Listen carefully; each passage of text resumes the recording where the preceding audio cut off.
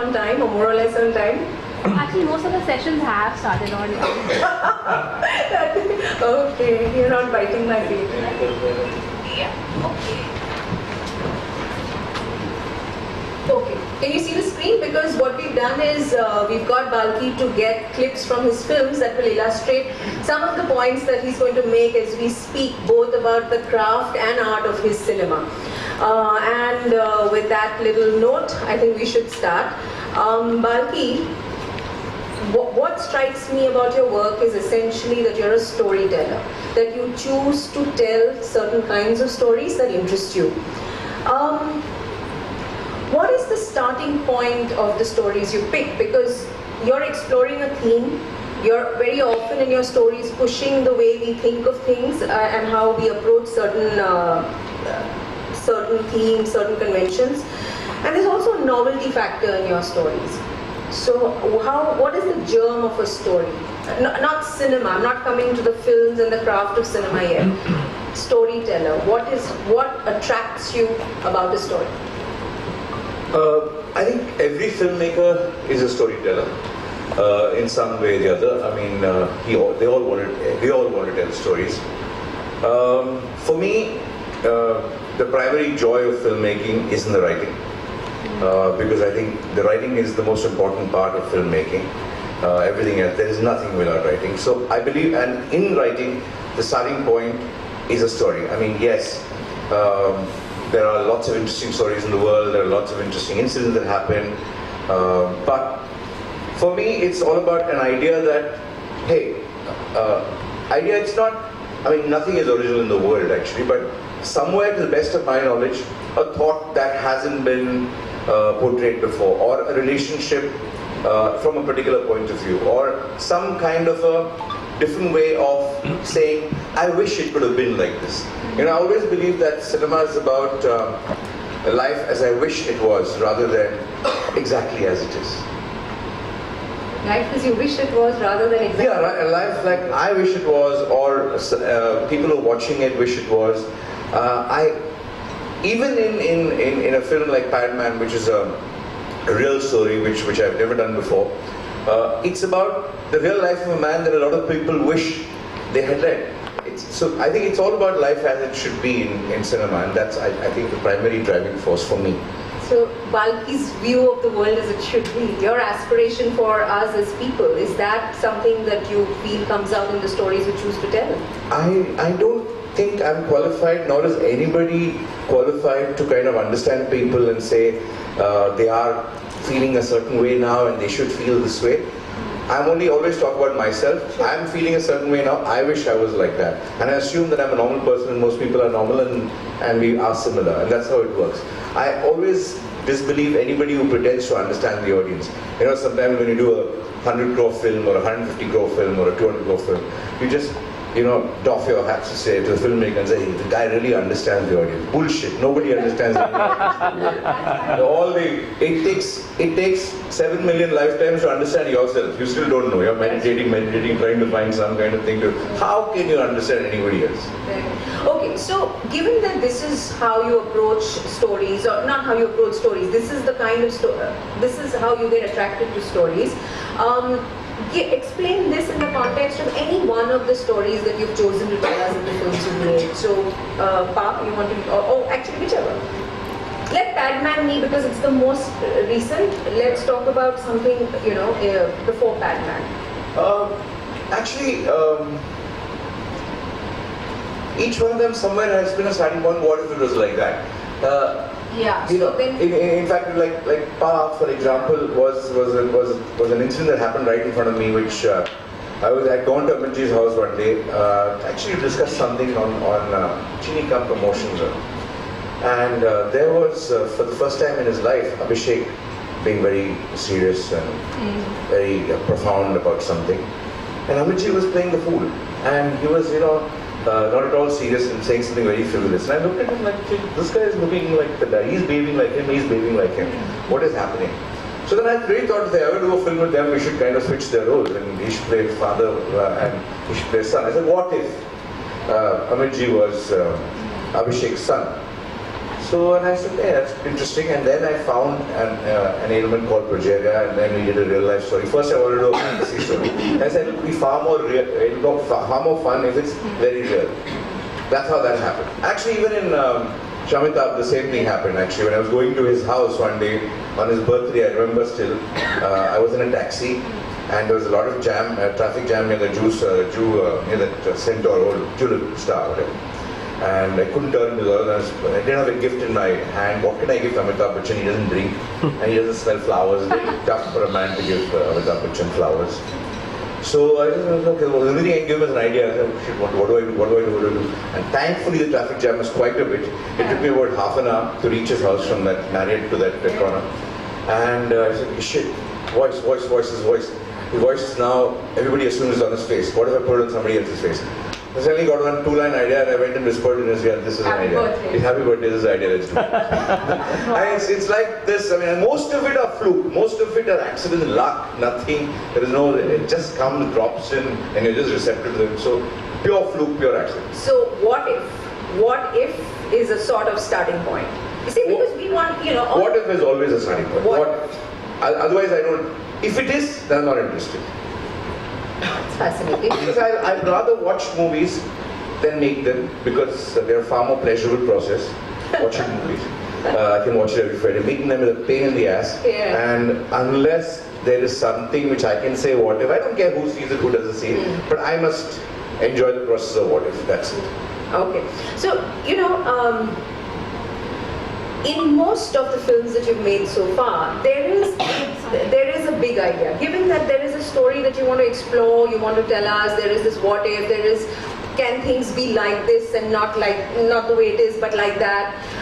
Given all of this, and then there is one part, there's something in your film which is always, for lack of a better way of putting it, novelty factor. You've used the word gimmick sometimes, right? There is something that becomes a concept almost, or an idea concept, besides the story, besides everything, the role reversal, Abhishek playing Amitabh's dad, all of that. Why is this drawing from your advertising past, the need to be able to hang the story around a concept? How does that concept thing work? But nothing's a gimmick. I mean, all cinema is a gimmick. I mean, first of all, you're portraying life. But I don't think I do it as a gimmick. Idea, by idea you mean... I think it's a concept idea. So for instance, began with what if this guy plays his father, the father plays the son and vice versa. But then you have progeria to justify that story and that plot. Cheeni come. What if, and again with this whole thing of, you know, the big age gap, and then the way the woman approaches the romance, and there's that part to it. Shamita, voice, so there's an idea at play, there is a concept at play. Is that directly just the what if part of it, or is that a device or a tool to make these films, you know, these stories connect better, or there's a sense of wonder even? No, it's part of it's part of the what if. I mean, like I said, like in Cheeni Come, for example, I'll give you. It's not of course, like a look of Amitabh, for example. For me, it's very important. I've seen Bachchan with his French beard, with his thing every day, and I've seen him in other hairstyles all his life. I need to give him a different look. So on Cheeni Come, for example, for me, that's not a gimmick. That is just a refreshing thing to kind of see. In Shamitabh, I actually worked a lot on his look, and he looked his best, I think, in Shamitabh, even in his bed, in his ragged way. Yeah. But the thing is, it's very important for me to kind of make people look better. We want to see good-looking people. I don't know why. You know, I think there is nothing wrong in because I always say, what if I look like this? So rather than, you know, if I was a drunkard and if I was lying in the gutter, I must at least look like this. Otherwise, what's the point of getting drunk and lying in a gutter? I can't be looking. I've seen many real-life drunkards. I don't want to go near them. I want to see some little... See, my element of fantasy is not jumping off the building. My element of fantasy is that woman with a slightly, you know, cooler thought. That man with a slightly cooler thought. Or that kind of a child who kind of has a little more wisdom. So my thing of fantasy is real life fantasy. If life could only be like that, that's what. So in fact, when I first wrote Cheeni Come, this is a question that you asked me about this thing. And I just want to, the very first thing I wrote in the film was, yeah, it's fantastic. Bachchan is playing this underage, I mean, a 64-year-old guy, Tabu's playing this guy. Why would she like him? Yes, I had the answer to myself. I said, because she's Amitabh Bachchan, so she'll like him. But why would she like him? So actually the first scene that I wrote was this, and to me that answered everything, and that gave me the tone of the whole film, that gave me the way the relationship would be, everything else followed after that. In fact, the Paresh Rawal, that the father-in-law being younger than him, came afterwards. This is the first scene that kind of actually happened to me. You have that, right? Yeah, so if you want to just play that, the first, can you just switch off that light? Yeah. This is not all this life alone. It's like a funny kind of thing, something you could do when you're going to get something, romance means the obvious thing. So I had to answer that in a way that people would kind of get it. So for me that was the starting point. It was not a gimmick, it was just that, how do I express this thought? How do I make myself wish, hey, this is possible. It's not only what if, it can be possible with a little push. Yeah, and it can be possible like this. Yeah. Also, right? Yeah. Okay, so the word gimmick, I also mean novelty factor. So for instance, when you did Cheeni Come, there was the ponytail and there was Amitabh romancing this much younger woman, and a woman who knows what she wants, right? And is not afraid to ask for what she wants. Then you have Pa, in which you have this little boy, and progeria. I think you introduced, I don't think I can safely say that you introduced progeria to the Indian national consciousness as an illness, okay? Amitabh, this whole thing about the technology that allows for a voice swap. So every film has something that becomes a talking point or something that creates buzz. I don't mean to suggest that this is thought of in a very clinical way, but does this come a little bit from the advertising career, where you had such a little bit of time to make so much impact and to get people to talk? Is it connected, or am I sort of drawing connections where none exist? No, of course it is. Because in advertising you start with a big idea and you kind of say, what is going to catch people's attention? Yeah. Number one. Yeah. But sometimes it works both ways, you know. I'll give you a small example on Pa. It's very crazy how it happened. We said, okay, we're going to get this makeup. We did a lot of research. We spoke to the Progeria Research Society, and we went to the best makeup artists and in the world. They came down here, did a hell of a lot of research, but did his prosthetics. It was the first time that level of prosthetics was being done in the country. They came down here, and the first test on him, I remember Amitji was shooting in a Novotel hotel in Hyderabad for Johnny Walker, the film which he was shooting. It's not yet been released, but and it was the last day of the shoot, and he said let's do the test there, and we also had to keep it confidential, looks and everything. So he did that. He did the makeup. It was about 4 hours. We were all waiting, PC and I. He came out of the room. It was scary. So when I looked at him, looked at PC and said, I don't think we should do this film. It's going to scare. He's supposed to be a kid and it's scaring me. I know project. I've seen pictures of progeria patients. It is not the most pleasant kind of thing, but you're doing a film and it needs to look cute. How do we do that? And he's looking big and his head is so big, we don't know what to do, how do we make... And all this we had written and planned and spent money without having a clue of how we were going to make him look small. We didn't have any technology at that point, and we didn't have the money. It was a very small budget film to kind of do special effects and reduce them down to size. Nothing, we had nothing. So with this bravado of just a thought, we've gone, spent all this stuff. So I remember this is like a ballroom like this. We're there, and the makeup artist is there, the cameraman is here, the lights are all there, scratching our heads, and I just went out, had a smoke, came back, and he's also kind of jacked, and Amitji is wondering what is happening to these guys. He's sitting there, already spent 4 hours. Suddenly, there were some tables on which some various snacks on were kept. He was just looking at Amitji, and he suddenly pushed all the snacks and jumped on top of the table. And he said, give me the camera, still camera. So he was shooting. So he shot something else, and he looked at me, I looked at him. Then I just signaled something like, on the camera, so he just did that. Suddenly what he did, he went so close to him with an 8mm lens, which is like really short. So his head is so big, the body looks so small from the top like that. So shit, we got a film. You know, that one shot, one accident of just using an 8mm, 10mm kind of a lens or 12 and never going more than that. Maximum we went is 24 on that for some straight faces, some straight shots. But almost the whole film was shot from a top angle. Imagine an emotional film to be shot not straight on, except some close up the eyes, but from this angle so that he can look small. And it immediately constrains you totally, but it's so beautiful to get an accident like that. Because if he hadn't jumped on the table, we wouldn't have had a film. You know, sometimes film happen not by, we can do rigorous planning, but it happens by extremely fortunate accidents. And I'll show you. And sorry, Balki, I'm just curious.